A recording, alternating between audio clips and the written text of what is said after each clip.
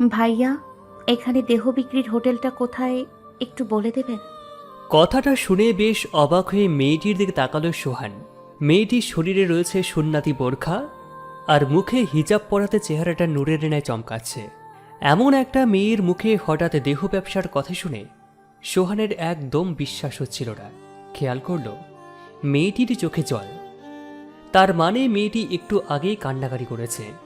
এত সুন্দর একটা মেয়ের চোখে মুখে ভয়ের চিহ্নটা সোহানের মনটাকে মোমের মতো গলিয়ে ফেলল। সোহান জানত মেয়েটিকে এখন শান্ত করতে হবে, তারপর তাকে সবকিছু বোঝাতে হবে। আপনি সঠিক জায়গাতে এসেছেন, তবে সেখানে যেতে হলে আপনাকে কিছু শর্ত মানতে হবে। হ্যাঁ ভাইয়া, আমি শর্ত মানতে রাজি। বলুন, কি করতে হবে আমাকে? তোমার নাম কি? ভাইয়া, আমার নাম চারু। শোনো চারু, এখানে হঠাৎ করে গেলে তোমার মৃত্যুর আশঙ্কা রয়েছে। জানোই তো, এখানে যারা আসে তারা একটু বেশিই শক্তিশালী, তাই তোমাকে ট্রেনিং প্রাপ্ত হতে হবে। কথাটা শোনার পর চারু নামক মেয়েটা তার পাশে বসেই কাঁদতে শুরু করল।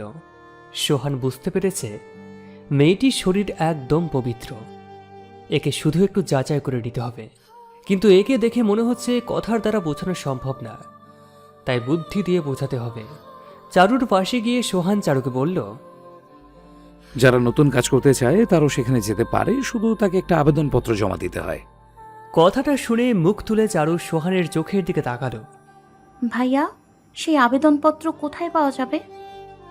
আমিও তোমাকে সেই পত্র দিতে পারবো, কারণ সেখানে আমার নিয়মিত যাওয়া আসা আছে। ভাইয়া, সেই পত্র আমাকে এনে দিতে পারবেন? তাহলে আপনি যা চান আমি তাই আপনাকে দিব।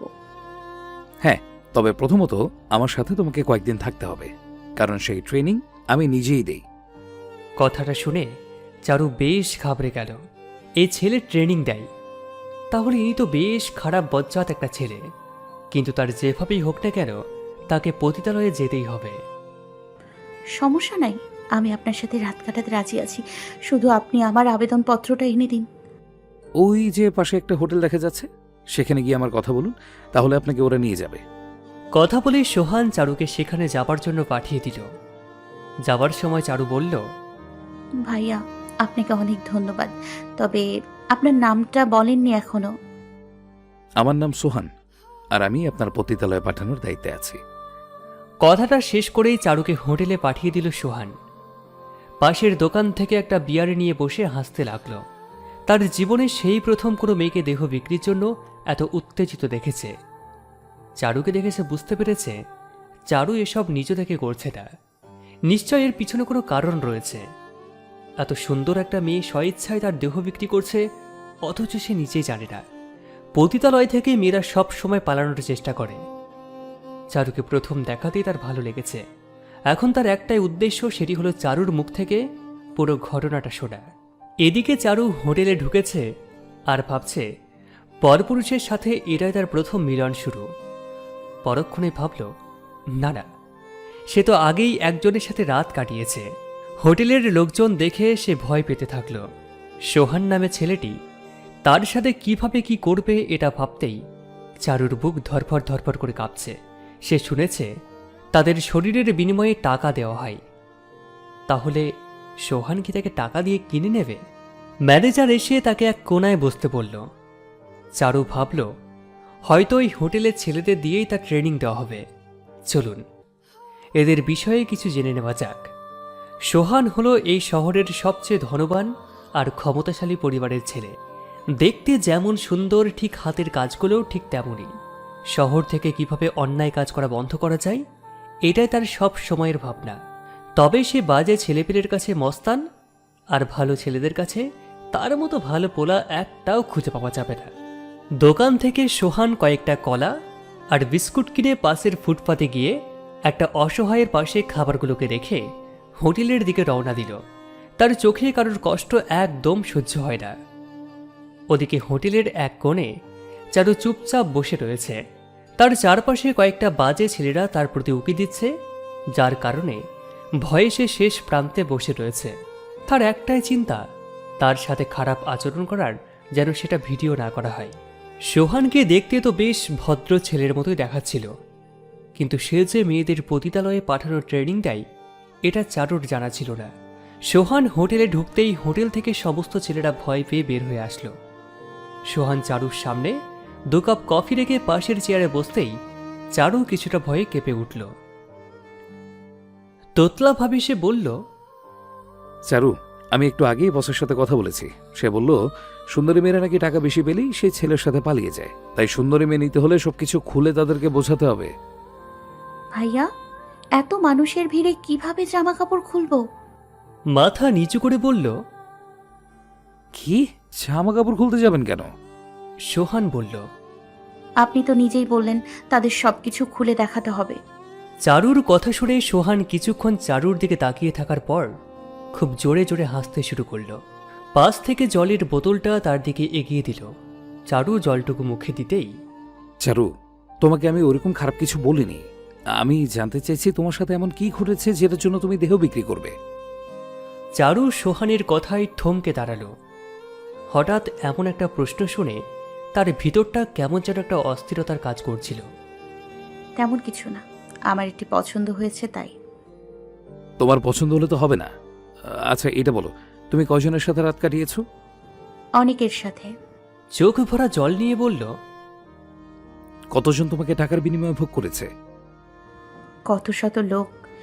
হাত দুটোকে শক্ত করে চেপে রেখে। তোমার সাথে কি কখনো একসাথে একাধিক কেউ মিলন করেছে? এবারের কথাটা শুনে চারু আর কান্নাটা চেপে রাখতে পারল না। চুপি চুপি কান্নাটা তার বেড়ে গেল। ভাবতেও পারেনি তাকে এভাবে এতটা নিচু হতে হবে। নিজের চোখ দুটো মুছে নিজেকে ঠিক করে নিল চারু। দেখুন, আপনি আমাকে এভাবে অপমান করতে পারেন না। আমি যার সাথে থাকি না কেন, তাতে আপনার কি? ফুপিয়ে ফুপিয়ে বলল। তাহলে মিথ্যা বলছেন কেন? সত্যিটা বলুন। আপনার কাজ আমাকে ট্রেনিং দেওয়া, এর বেশি কিছু কেন জানতে চাইবেন? এইটা আমাকে জানতেই হবে। আমি কখনো কাউকে বিনা কারণে তার পবিত্রতা নষ্ট করাতে পারি না। আমি ট্রেনিং নিতে রাজি, তবুও কিছু বলতে পারবো না। সোহান হতাশ হয়ে অন্যদিকে মুখ ফিরিয়ে নিল। এত কিছু বলার পরেও কেন মেয়েটি তার মিথ্যা কথাগুলোকে স্বীকার করছিল না? এবার তাকে একটু বেশি খারাপ হতে হবে। চারু, ধরো তোমাকে আমি কারোর সাথে পাঠালাম, তখন হঠাৎ তার সাথে যাওয়ার পর তোমার কিছু হয়ে গেল, তখন আমার কি হবে? কথাটা শুনে চারু কিচ্ছু বলছে না। তাকে আর কত অপমান সহ্য করতে হবে? এই ছেলেটা তাকে কেন এত প্রশ্ন করছে? চেয়ার থেকে উঠে গিয়ে একটা নীরব গাছের নিচে চলে গেল। চোখটাকে বন্ধ করে গাছের সাথে হেলান দিয়ে বসে রইল।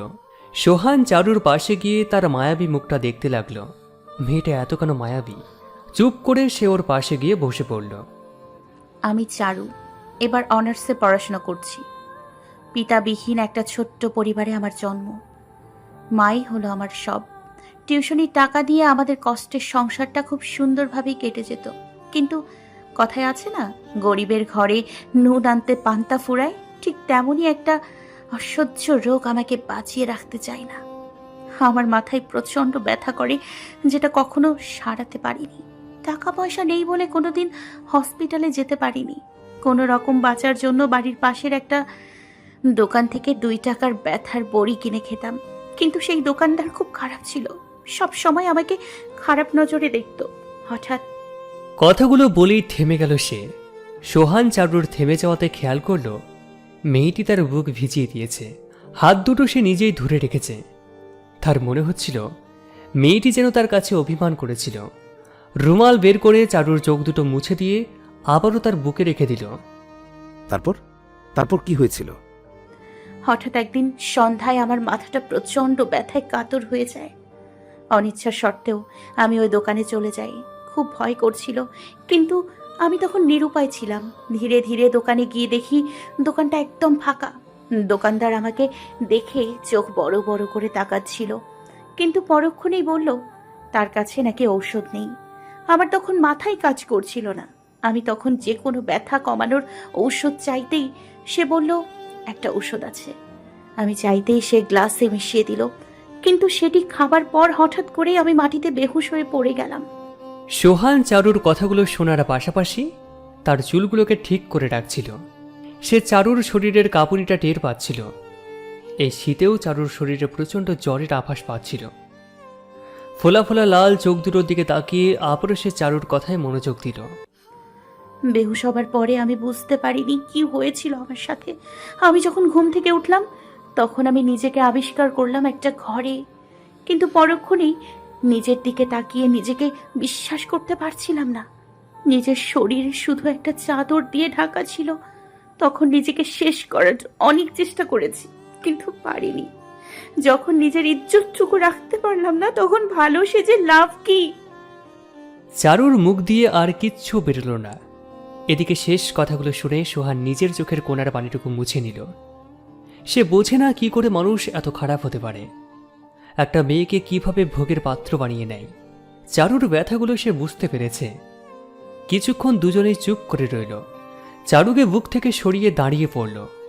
তার মনে হলো চারুর এখন একটা মানুষের ভালোবাসা প্রয়োজন, তবে চারুকে তার আসল পরিচয় বুঝতে দেওয়া যাবে না। চারু, তুমি অবশ্যই পারবে, শুধু তুমি নিজের উপরে বিশ্বাস রাখো। আচ্ছা ভাইয়া, তাহলে কি আমাকে নেবেন?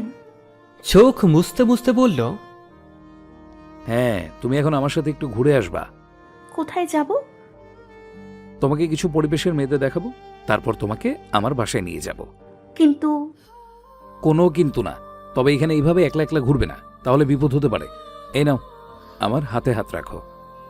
কথাটা ভাবতেই চারুর মনে পড়ে গেল তাকে সবাই ছুঁতে পারবে, তাহলে হাতটি ধরলে কি এমন হবে। কাপা কাপা হাত দুটো অনিচ্ছা সত্ত্বেও সোহানের হাতে রেখে সামনে এগোতে শুরু করলো। হাত দুটো সোহান চেপে ধরতে চারু কেমন যেন একটা শিহরণ অনুভব করল। সোহানের চোখ দুটো তার মনে একটা আশার আলো খুঁজে দিয়েছে। পথে হাঁটছে, অথচ তাদের দুজনের মনে হচ্ছে না তারা এভাবে একসাথে অপরিচিত হয়েও চলছে। চারুর হাতের আঙুলগুলো সোহান ইচ্ছে করে তার আঙুলের মাঝে ঢুকিয়ে নিল। মুচকি হাসি দিয়ে সে চারুর দিকে তাকাতেই চারু লজ্জায় মাথা নিচু করে নিল। দুজনেই খুশি মনে সামনে এগোতে রইল। সোহান একটু দুষ্টুমি করে চারুর হাতগুলোকে বারবার একবার এদিক তো একবার ওদিক করছে। কিছুক্ষণ হাঁটার পর চারুর কথায় সোহান বাস্তবে ফিরে আসে। ভাইয়া দেখুন, ওইখানে কি করছে? কি করছে শুনি? কতগুলো ছেলে মিলে একটা মেয়েকে ঘিরে মেয়েটাকে উত্ত্যক্ত করছে, আর আর মেয়েটার ওড়নাটা কেড়ে নিয়েছে। সোহান চারুর কথা শুনে পাশে তাকাতেই দেখে মেয়েটার অবস্থা বেহাল। দেখে বোঝা যাচ্ছে মেয়েটা গরিব ঘরের। এখন সে চারুর সামনে কিছু করতেও পারবে না, কারণ চারুর কাছে সে একটা খারাপ ছেলে হিসাবে পরিচিত। কিছু করলে তার উপর চারুর সন্দেহ করবে। এই মেয়েটা ঠিক তোমার মতোই নতুন, তাই সহজে মানিয়ে নিতে পারছে না। তাহলে রুমে নিয়ে যাক, রাস্তায় এভাবে কষ্ট দেওয়াটা ঠিক না। টাকার কাছে সবাই হার মেনে নেয়। এই মেয়েটাই দেখবা দুদিন পর ছেলেদের সাথে হেসে হেসে কথা বলছে। চারু সোহানের কথাগুলো সহজে বিশ্বাস করে নিল। ওদিকে সোহান ইশারায় ছেলেগুলোকে হাত নাড়াতেই সবাই ভয়ে পালিয়ে গেল। কিন্তু যে যত ভালোই হোক না কেন, তার ভিতরেও একটা নেশা কাজ করে। সোহানের ফিলিংসটা চারুর প্রতি ধীরে ধীরে বাড়তে রইল। আশেপাশের সব কিছু ঘুরিয়ে এনে চারুকে তার বাসায় নিয়ে আনলো। সে তার নিজের বাসাতে থাকে না, তাই ভাড়া নেওয়া তার রুমে চলে এলো। চারু খেয়াল করলো তার ফ্ল্যাটে অনেক মেয়েরা দাঁড়িয়ে আছে। চারু বলতে লাগলো, আপনার ফ্ল্যাটে এত মেয়ে কেন? সবাই তোমার মতোই ট্রেনিং নিচ্ছে। ও, এদেরকে দেখে আমার সেটা মনে হয় না। এরা বেশ ভদ্র ঘরের মেয়ে মনে হচ্ছে। হ্যাঁ, তুমি ঠিক বলেছো চারু, এরা উঁচু বংশের মেয়ে। এখানে এসে ওরা আমাকে টাকা দিয়ে ওদের জন্য একটা করে বেছে নিয়ে ফুর্তি করে। চারু শুধু অবাক হয়ে সবাইকে দেখছিল। সে খেয়াল করলো সেখানে অনেক বিবাহিতাও রয়েছে। তবে তার কাছে ফ্ল্যাট দেখে বিশ্বাস হচ্ছে না এমন একটা বিল্ডিংয়ে আদান প্রদানের কাজ করে। সোহান সোজা চারুকে নিয়ে একটু ভিতরে গিয়ে বেশ সুন্দর একটা রুমে নিয়ে চলে গেল। রুমটা অনেক সুন্দর জিনিসে সাজানো, যেটা চারু জীবনে কখনো দেখেনি। চারুর চারিদিকে এমন অবাকের মতো তাকিয়ে থাকতে দেখে সোহানের কেমন যেন লাগছিল। এত মেয়েকে ভালো করেছে, কিন্তু কখনো কোনো মেয়েকে খারাপ উদ্দেশ্যে স্পর্শ করেনি। চুপি চুপি চারুর পিছনে গিয়ে দাঁড়িয়ে পড়ল। পিছন থেকে চারুর কোমরটাকে আলতো করে দুহাত দিয়ে টেনে নিয়ে তার বুকে টেনে নিল। হঠাৎ সোহানের এমন আচরণ দেখে চারু বেশ ভীত হয়ে গেল। রুমে আনতে না আনতেই শুরু করে দিয়েছে। ইচ্ছে থাকা সত্ত্বেও ইচ্ছার বিরুদ্ধে সে নিজেকে মানিয়ে রাখল। তাকে ভীত হলে চলবে না, তাকে খারাপ মেয়েই হতে হবে। কিন্তু সোহানের স্পর্শটা তাকে কেমন যেন শিহরিত করছিল। হাতটা যখনই নাভির কাছে নিয়ে চারুর কোমরটাকে পুরোপুরি চেপে ধরে মুখটাকে গলার কাছে নিয়ে গেল, চারু আর তাকে নিয়ন্ত্রণ করতে পারছিল না। তার ভিতরে একটা জোরালো নিঃশ্বাস বইতে শুরু করলো। চোখটা নিমেষেই বন্ধ করে সোহানের পরম ছোঁয়াগুলো অনুভব করতে থাকলো। সোহান নিজেকে একদম দমিয়ে রাখতে পারছিল না। ছেড়ে দিতে চাইছে, কিন্তু তার হাত পাগুলো চারুকে ছাড়তেই চাইছে না। চারুকে এক টানে সে ঘুরিয়ে তার বুকের মধ্যে টেনে নিল। চুলগুলোকে দ্রুত ঘুরতেই সোহানের চোখ মুখ ঢেকে দিল। চারুর চোখের দিকে তাকিয়ে সে আর থাকতেই পারছিল না। এত সুন্দর একটা চেহারা কিভাবে তৈরি হয়েছে। চারুর মুখে টোল পড়েছে। মুখটা চারুর ঠিক ঠোঁটের 1 ইঞ্চি দূরে রেখে চারুর নাকের নিচে তিলটা দেখছিল। হাতটা মুখে লাগাতে না চাইতেও হঠাৎ মুখটা শক্ত করে চেপে ধরে আলতো করে চারুর ঠোঁটটাকে চেপে ধরল। হঠাৎ কিছু একটা টানে এক ঝটকায় সে চারুকে ধাক্কা দিয়ে সরিয়ে দিল। সোহান স্পষ্ট টের পেয়েছে কিস করাতে চারু ভয়ে কাঁপছিল। যে মেয়ে তাকে এতটা বিশ্বাস করেছে, আর এখন তাকেই ব্যবহার করা হচ্ছে। নিজের মাথায় হাত দিয়ে চিন্তার ভিতরে পড়ে গেল। কিন্তু চারু কি ভাবল? এভাবে ধাক্কা দেওয়াতে সে কি বুঝল? ভাবাটা শেষ না হতেই তার মনে হলো কেউ একজন আবারও তার ঠোঁটটাকে চেপে ধরেছে। চোখটা খুলতেই পারছিল না, তবুও চোখটা খুলে চারুর চোখের দিকে তাকালো। এমন একটা পরিস্থিতিতে সোহান নিজেই ভয় পেয়ে গেল। সে চারুর চোখে স্পষ্ট জল দেখতে পেয়েছে। হঠাৎ করে চারুর কি হয়ে গেল? নাকি চারু তাকে সত্যি তার দেহটাকে ব্যবহার করতে দেবে? চারুর থেকে নিজেকে ছাড়িয়ে নিল। চারুর চোখের জলটা তার চোখটায় জল এনে দিল। সে রুমে আর থাকতে পারল না। নিজেকে খুব নিচু মনে হতে লাগলো চারুর কাছে। রুম থেকে বের হওয়ার সময় না তাকিয়ে বলল, তোমার ভেতর প্রচুর উত্তেজনা আছে, তবে এইভাবে এত মায়াবীভাবে তাকানো যাবে না। আর চোখে জল আনলে কিন্তু তোমাকে ট্রেনিংয়ে রাখা যাবে না। সোহান কথাটা বলে উত্তরের আশায় দাঁড়িয়ে রইল, কিন্তু কোনো উত্তর না পেয়ে চলে যেতে নিল। ভাইয়া একটু দাঁড়ান। গলাটা ভারী করে বলল। কথাটা শোনা মাত্র সোহান দাঁড়িয়ে গেল। সে জানত না এমন কি রয়েছে চারুর ভিতরে, তবে চারুর কোনো কথাই তার কানে পৌঁছতে সময় লাগে না। সে দাঁড়িয়ে থাকতেই চারু মুখটাকে নিচু করে পকেট থেকে খুচরো 600 টাকা তার হাতে রেখে দিল। টাকাটা হাতে পেয়ে সে চারুর চোখের দিকে তাকালো। চারুর চোখ থেকে ফোঁটা ফোঁটা জল বেরোচ্ছে। হঠাৎ করে চারুর এমন আচরণে সে অবাক হয়ে বসে পড়ল। চারু, আমাকে টাকা দিচ্ছ কেন? কি ব্যাপার, কথা বলছো না যে? চারুর কোনো জবাব না পেয়ে সে বুঝতে পারল না চারু তাকে কি বোঝাতে চাইছে। টাকাগুলো সে একটু ভালো করে চেয়ে দেখল। টাকাটা একটু ভিজে গিয়েছে, যেটা দেখে তার বুঝতে আর বাকি রইল না চারু এই টাকাটা অনেক আগেই হাতে রেখেছিল। কিন্তু টাকাগুলো কেন তাকে দেওয়া হলো? চারুর কাঁধে হাত রেখে জানার চেষ্টা করলেও চারু বলছিল না। রেগে গিয়ে সে চারুকে ধমক দিয়ে কয়েকটা ঝাঁকুনি দিতেই কান্না ভেজা কণ্ঠে তার গলা থেকে বেরিয়ে এলো, ভাইয়া আমি আজ 2 দিন কিছুই খাইনি, মাথা ব্যথাটাও শুরু করেছে। আমার কাছে আপনাকে দেবার মতো কিছুই নেই। এই টাকাগুলো সেদিন দুজনের থেকে টিউশনে করে পেয়েছি। এর চেয়ে আর 1 টাকাও বেশি দেওয়ার ক্ষমতা আমার নেই। আপনি যদি চান তাহলে আপনাকে আমি সব দিব, শুধু আপনি আমাকে এখানে থাকতে দিন। ফুপিয়ে ফুপিয়ে বলল। এখন আর সোহান রুমে নেই, সে রাস্তায় চলে এসেছে। এই শীতেও তার গা গরমে ভিজে যাচ্ছে, তার হাত পাগুলো এখনো কাঁপছে। একটা মেয়ে কিভাবে এতটা কষ্ট ভোগ করতে পারে? সে ভাবতেও পারেনি 600 টাকা দিয়ে মেয়েটি কি করত। চোখ থেকে জলটাকে মুছে নিল। তার সেই দৃশ্যটা একদম ভাবতে ইচ্ছে করছিল না। যখন চারুর টাকাগুলো দিয়ে তার পা জাপটে ধরে কাঁদতে কাঁদতে কথাগুলোকে বলল, তাহলে কি এর? সোহানের সেই দৃশ্যটা একদম ভাবতে ইচ্ছে করছিল না। যখন টাকাগুলো দিয়ে চারু তার পা দুটিকে জাপটে ধরে কাঁদতে থাকল, তাহলে কি এরা গরিব বলে সবসময় এদেরকে হেনস্থা হতে হবে? এদের কি কোনো অধিকার নেই? 2 দিন না খেয়ে মেয়েটি কিভাবে রইল? নিজের মনকে সোহান ঘৃণা করতে লাগলো। যে মেয়েটি 2 দিন ধরে অসুস্থ, আর তার প্রতি সে কিভাবে কুনজর দিতে পারল? রাস্তা দিয়ে হাঁটছে আর চারুর মায়াবী মুখটা বারবার তার চোখের সামনে আসছে। কিন্তু এভাবে তো চারুকে বোঝানো যাবে না। তাকে যেভাবেই হোক সঠিক পথে ফিরিয়ে আনতে হবে। তবে আগে সেই ভুয়া ডাক্তারকে দেখতে হবে যে সব কিছুর মূলে রয়েছে। রাত 12টা। হঠাৎ করেই একটা আওয়াজ শুনতে পাওয়া গেল।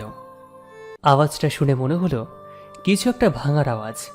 হঠাৎ একটা লোক দৌড়ে এসে পাশে থাকা ছেলেপেলেদের ভিতরে নিয়ে গিয়ে একজনের পায়ে পড়ে গেল। পায়ে পড়তে ছেলেটা তার কলার চেপে ধরে মারতে মারতে রুমের ভিতরে নিয়ে গেল। কিন্তু এদিকে রুমে সোহানকে পাওয়া যাচ্ছে না। তাহলে কি এতক্ষণ সবকিছু সেই ঘটাচ্ছিল? আর এই ঘর দেখে তো সেটাই মনে হচ্ছে। হ্যাঁ, এটাই সেই ঘর, আর এরা তারাই যাদের এখনো অনেক কথাবার্তা বাকি আছে। সোহান লোকটিকে মেরে মেরে রুমের এক কোণে ফেলে দিল। লোকটি চিৎকার করে চেঁচাতে লাগলো।